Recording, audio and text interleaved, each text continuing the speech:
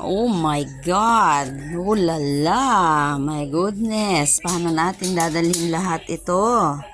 Ang dami! Grabe! Yan, mother. Pag hindi ka pa natuwa nito, ewan ko lang sa'yo. Ayan na po ang aming bibit-bitin.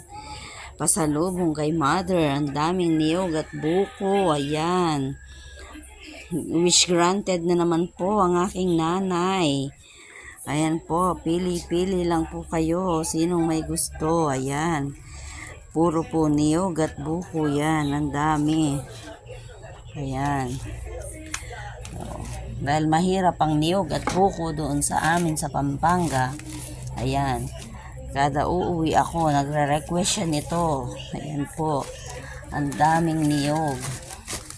Yan, ang gaganda. Solid ang laman, makapal. Ayan. Ganyan po, kaganda yung mga niyog dito sa Antipolo. Ayan. Dahil bundok, maraming mga pananim.